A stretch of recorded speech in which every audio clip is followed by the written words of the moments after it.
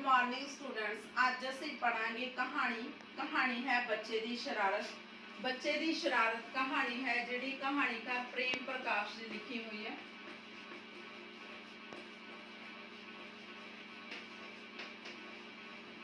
ठीक है, सब तो पहले असीं कहानी दे विषय की गल करते हैं। कहानी का विषय की है?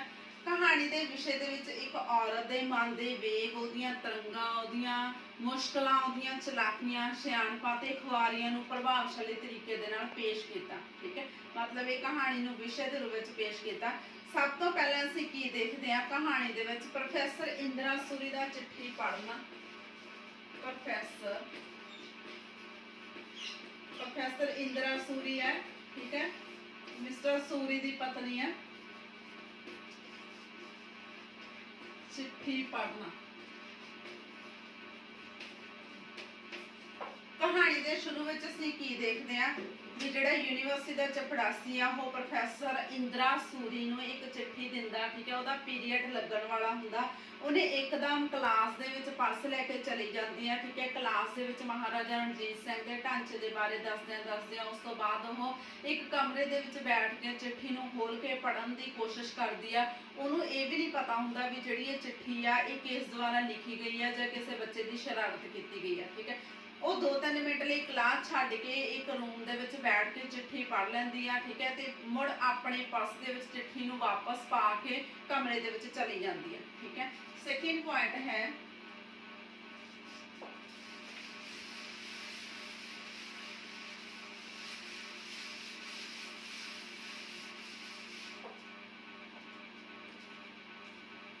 चिट्ठी बारे सोचना।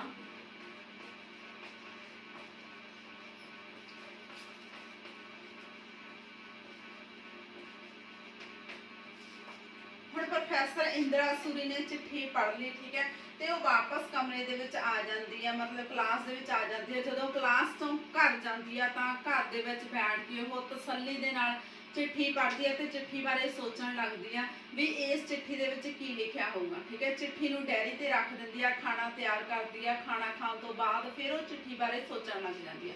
ठीक है, फिर नैक्सट गल करते हैं घर का दृश्य।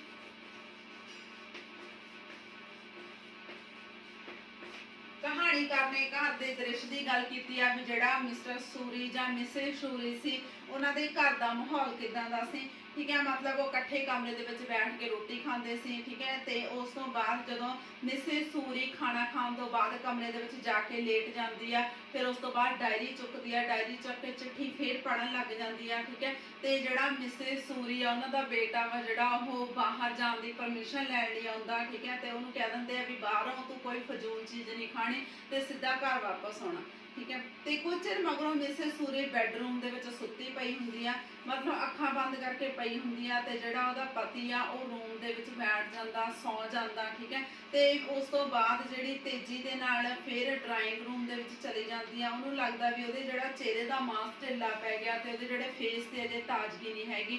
ठीक है, तो फिर उस तो बाद वो फिर चिट्ठी बारे सोचण लग जांदी है। नैक्सट है चिट्ठी विच मिसेज सूरी दी तारीफ।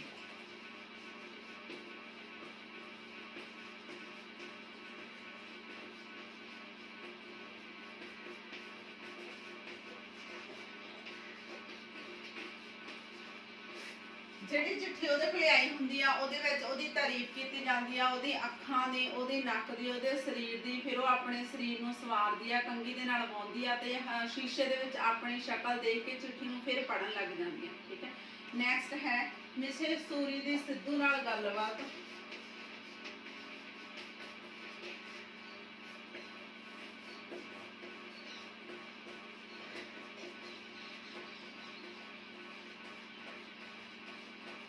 बाहरों गेट खड़कदा ते जिहड़ा मिसेज सूरी गेट खोलण जाती है तो बाहरों मिसेज मतलब सिद्धू अंदर आउंदे आ। ठीक है, तो वो बैठ जाते हैं तो सिद्धू दे नाल कदे कदे अजिहियां गल्लां भी कर लैंदी है जिहड़ियां वो अपने पति दे नाल नहीं कर सकदी। सिद्धू दे नाल गल्लां करके उसदा दिमाग चुस्त हो जाता। ठीक है, फिर उस तो बाद जिहड़ी मेज़ ते चिट्ठी पई हुंदी है सिद्धू पढ़न लगदा ते उस तो बाद उहदे हत्थ चों खोह लैंदी है ते चिट्ठी पढ़ के सिद्धू दसदा भी ये किसी ऐसे बच्चे ने लिखी हुई है जिहदा नाम आ जिहड़ा 5 अखरां दा बनदा। ठीक है, भी उहदा जिहड़ा अपना नाम आ ओह तां 4 अखरां दा बनदा ते जिहड़ी मिसेज सूरी हुंदी आ ਉਹ ਇਸ ਚਿੱਠੀ ਦੇ ਬਾਰੇ ਸੋਚਣ ਲੱਗ ਜਾਂਦੀ ਆ ਵੀ 5 ਅੱਖਰਾਂ ਦਾ ਨਾਮ ਕਿਹਦਾ ਬਣਦਾ ਹੈ। ਠੀਕ ਹੈ, ਨੈਕਸਟ ਹੈ ਜਿਹੜੀ ਰਾਜਨੀਤੀ ਦੀਆਂ ਗੱਲਾਂ।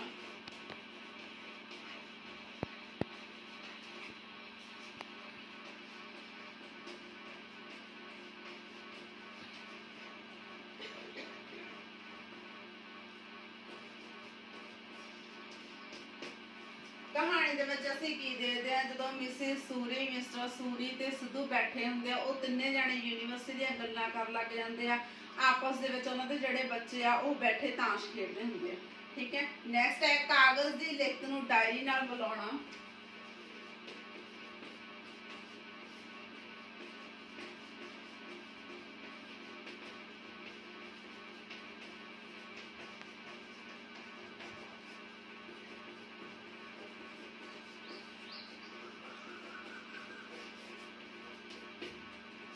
ਪ੍ਰੋਫੈਸਰ ਇੰਦਰਾ ਸੂਰੀ ਜਿਹੜੀ ਚਿੱਠੀ ਉਹਦੇ ਕੋਲੇ ਹੁੰਦੀ ਆ, ਉਹ ਆਪਣੇ ਘਰ ਡਾਇਰੀ ਪਈ ਹੁੰਦੀ ਆ, ਉਹਦੀ ਲਿਖਤ ਦੇ ਨਾਲ ਮਿਲਾ ਕੇ ਦੇਖਦੀ ਆ ਵੀ ਜਿਹੜੇ 5 ਅੱਖਰਾਂ ਦਾ ਨਾਮ ਆ ਉਹ ਕਿਹੜੇ ਵਿਅਕਤੀ, ਕਿਹੜੇ ਬੱਚੇ ਦੇ ਨਾਲ ਮੈਚ ਕਰਦੀ ਆ। ਰਾਈਟਿੰਗ ਮਤਲਬ ਕਿਹੜੇ ਬੱਚੇ ਨੇ ਇਹ ਡਾਇਰੀ ਲਿਖੀ ਹੁੰਦੀ ਆ। ਠੀਕ ਹੈ, ਨੈਕਸਟ ਹੈ ਕਾਲਜ ਜਾਣਾ।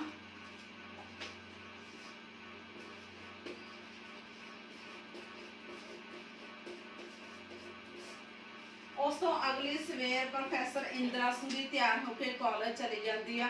ਆਪਣੀ ਜਿਹੜੀ ਚਿੱਠੀ ਆ ਉਹ ਮੇਜ਼ ਤੇ ਰੱਖ ਕੇ ਭੁੱਲ ਜਾਂਦੀ ਆ। ਕਾਲਜ ਦੇ ਵਿੱਚ ਸਾਰਾ ਦਿਨ ਕੰਮ ਕਰਦੀ ਆ, ਰੁਝੇਵੇਂ ਦੇ ਵਿੱਚ ਰਹਿੰਦੀ ਆ, ਉਹਦਾ ਮੂਡ ਖਰਾਬ ਹੋਇਆ ਹੁੰਦਾ ਤੇ ਜਿਹੜੀ ਘਰ ਦੇ ਵਿੱਚ ਚਿੱਠੀ ਪਈ ਹੁੰਦੀ ਆ ਉਹ ਉੱਥੇ ਹੀ ਪਈ ਰਹਿ ਜਾਂਦੀ ਆ ਤੇ ਕਿਤਾਬ ਦੇ ਵਿੱਚ ਪਈ ਰਹਿੰਦੀ ਆ। ਠੀਕ ਆ, ਕਮਰੇ ਦੇ ਵਿੱਚ ਮਤਲਬ ਵਾਪਸ ਆ ਕੇ ਉਹ ਬੈਡਰੂਮ ਦੇ ਵਿੱਚ ਚਲੀ ਜਾਂਦੀ ਆ, ਜਿੱਥੇ ਉਹਦਾ ਜਿਹੜਾ ਪਤੀ ਲੇਟਿਆ ਹੁੰਦਾ, ਉਹਦਾ ਬਲੱਡ ਹਾਈ ਪ੍ਰੈਸ਼ਰ ਵਧਿਆ ਹੁੰਦਾ।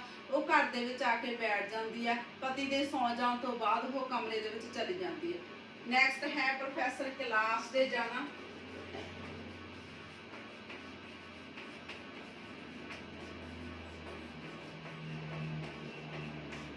ਹੁਣ ਪ੍ਰੋਫੈਸਰ ਇੰਦਰਾ ਸੂਰੀ ਦਾ ਘਰ ਦੇ ਵਿੱਚ ਦਿਲ ਨਹੀਂ ਲੱਗਦਾ। ਉਹ ਆਪਣੇ ਪਤੀ ਨੂੰ ਕਿਤੇ ਜਾਣ ਦੇ ਬਾਰੇ ਪੁੱਛਦੀ ਆ ਤੇ ਉਹਦਾ ਜਿਹੜਾ ਪਤੀ ਆ ਉਹ ਪ੍ਰੋਫੈਸਰ ਕਲਾਸ ਦੇ ਘਰ ਜਾਣ ਦੇ ਲਈ ਤਿਆਰ ਹੋ ਜਾਂਦਾ ਤੇ ਦੋਵੇਂ ਜਾਣੇ ਮਿਸਿਸ ਸੂਰੀ ਦੀ ਇੱਛਾ ਦੇ ਅਨੁਸਾਰ ਪ੍ਰੋਫੈਸਰ ਕਲਾਸ ਦੇ ਜਾਣ ਲਈ ਤਿਆਰ ਹੋ ਜਾਂਦੇ। ਘਰ ਵਾਪਸੀ।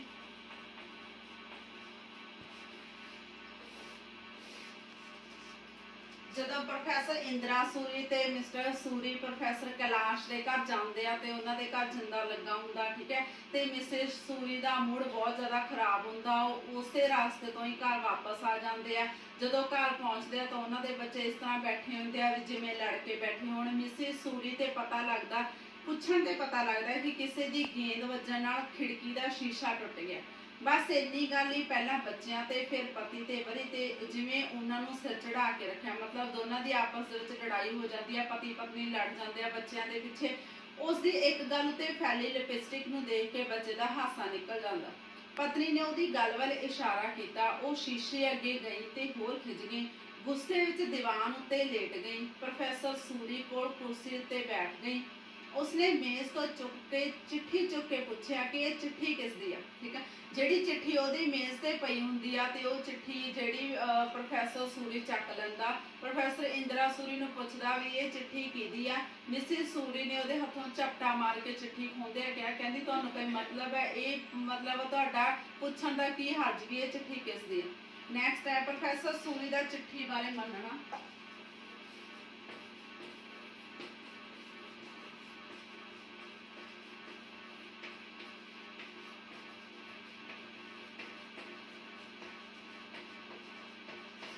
ਪ੍ਰੋਫੈਸਰ ਸੂਰੀ ਚਿੱਠੀ ਪੜ੍ਹ ਲੈਂਦਾ। ਉਹਨੂੰ ਇਹ ਵੀ ਪਤਾ ਹੁੰਦਾ ਵੀ ਉਹਦਾ ਜਿਹੜਾ ਪਤੀ ਆ ਉਹ ਭੜਕੇਗਾ, ਪਰ ਉਹ ਸ਼ਾਂਤ ਰਹਿੰਦਾ ਤੇ ਮੁਸਕਰਾਉਣ ਲੱਗ ਪੈਂਦਾ। ਉਹ ਪੁੱਛਣ ਲੱਗਦੀ ਹੈ ਵੀ ਇਹ ਸਾਰੇ ਹੱਸਦੇ ਕਿਉਂ ਆ। ਕਹਿੰਦੀ ਕੀ ਉਹ ਇਹਨਾਂ ਦਾ ਤਮਾਸ਼ਾ ਬਣਾਉਣਾ ਚਾਹੁੰਦੇ ਹਨ।